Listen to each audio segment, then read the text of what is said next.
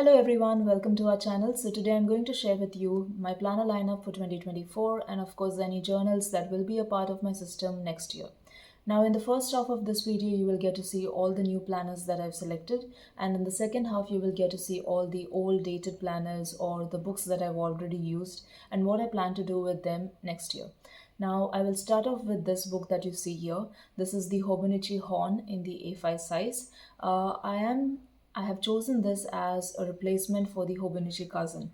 There is not much of a difference between the two. This just has a hardcover with a design on it, and that's about it. The interior is the same with the same layouts of monthlies, weeklies, and dailies. This is going to be my main planner for 2024. It will include everything except for work, and this is the planner that I will store once the year is done.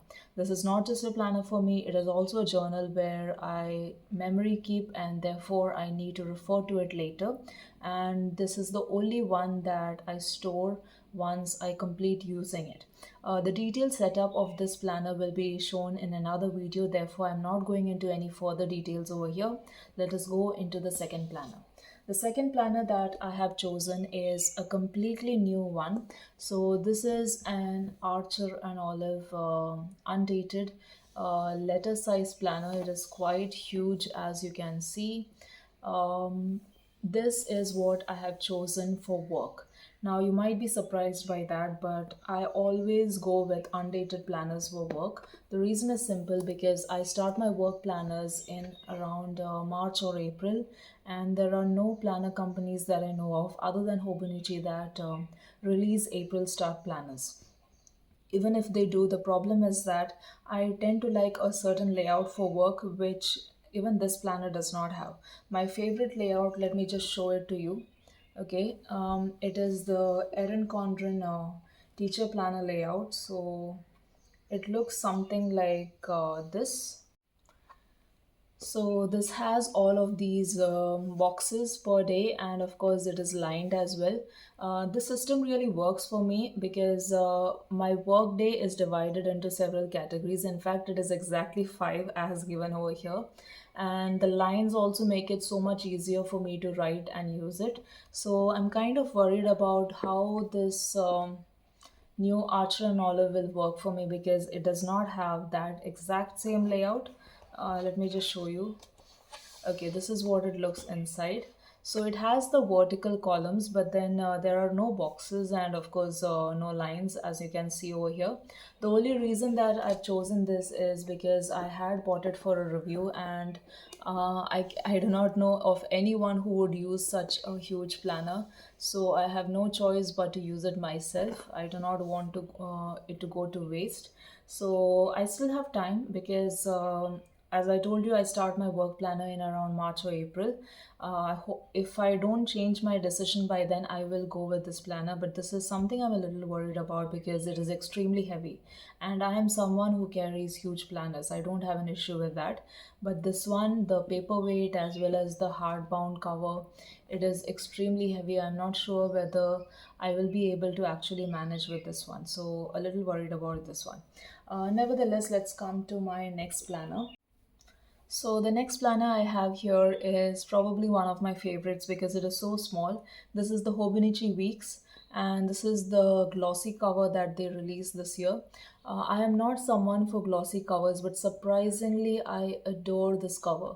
I did not like it when I saw it on videos and on the website as such, but I love it when I see it in person, even now. And this is my church planner. I understand that this is not really relevant for everyone, because it is completely specific to me. I am heading one of the committees, and therefore I need to write down dates, events, and such. That is why I have chosen this planner. I used a mega this year in 2023, and a lot of the memo pages have just gone to waste because I don't really need all those extra pages. So this is what I've gone with this year, and the benefit is that you get to choose a beautiful cover design. It is so lightweight. I would definitely recommend this if you want to just carry, a small planner in your wallet or just something easy to carry around. Go for the Hobonichi Weeks. It is perfect. So this was my main planner lineup, the three planners that I have selected for next year, which are completely new. Now we are going into the second half of the video where I will be showing you some old planners and what I plan to do with them. So this is the first one. I do not know whether any of you remember this design. This is the Sol Later design from 2022. I have already used this planner. As you can see, it's kind of all bent and weirdly out of shape. Let's see, I've used it somewhat quite here and there. I've used it. So this is not completely used, it's all banged up as you can see. So this is going to be my brainstorming and brain dumping notebook, because I have used something similar currently, and it is almost complete. The book is almost done. We are in October now. I'm pretty sure I'll finish the book in December. There are only a few pages left. So why I am using this is simply because one, I can complete this book which is half used and half left unused. And secondly, sometimes I just don't want to be very systematic and write detailed in my main planner. Instead, what I do is I can go as messy as I want in this planner, where I just dump all my thoughts when there is too much going on in my mind, or if I want to storm any ideas, I just write it all down on this one instead of directly writing it on my main planner. So it has worked out well for me in 2023. So I plan to continue with a similar system in 2024, and this is what I've chosen for 2024. I'm pretty sure this is not going to last me the whole year, because the current one had many pages and I'm almost done with it, and this one does not have as many empty pages. But I already know which one I will choose in case this gets over earlier in the year. So this is my notebook for that, and I'm pretty sure I will use this quite well. Now going into the next one. The next one is not exactly a planner or a journal. It is just something that I plan to use as a learning notebook. Okay, so this cover has two books inside it. Okay, they are basically the Hobonichi A6 Avec. Okay, this is the Hobonichi A6 Avec, but this is an old one again from 2022. The reason that I've chosen this is because it is small. A6 is not a size that works as a planner for me. Okay, and I learned it too late, so I have these old ones left. I have many, in fact, so I'm trying to use them up in different ways. Now there is an exam that I want to answer next year, so it has kind of two parts, two subjects if you want, and I've divided the books as per that. So each book will include one subject, and the reason I started with an Avec is because it's a small size. I'm not sure whether I will actually answer the exam or not. It is not something that is a necessity for me, but that is something that I want to do, and I hope to start small, and if everything works out well, I will go into a larger book, or maybe answer the exam, and it will all go out well for me. So this is something I'm trying out for next year. I have already started with a few of the initial pages, but let's see how it turns out, because I'm not really sure of how this will turn out. And the next book that I have is this. So this is an Archer and Olive A5 dated planner from 2023. So this is not used. It's a completely new one. I had got it for less than $10, I think, because it was a dated planner.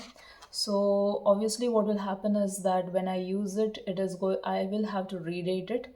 But at the same time, just something to point out is that I plan to use this as a language planner and journal. Now, I have never had one before, so I would appreciate any recommendations that you have on how to use this. So far, my only basic plan is that I plan to use these columns to journal daily. So I'm learning French, and I would say I'm at a sort of A2 level now. I want to answer the B1 exam next year. Obviously, maybe it is just a high bar that I've set for myself. My main problem is that I don't speak at all in the language, and obviously, I don't journal much also.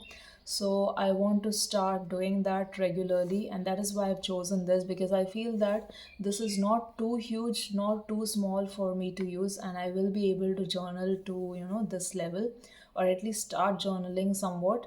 And that is why I have chosen this. I have no idea what I'm going to do with the other spreads, like the monthlies and the notes pages that are there. If you have any other suggestions, you can let me know. But as of now, only the weeklies will be used for journaling, and that is the plan. And of course, this is not my entire language learning notebook.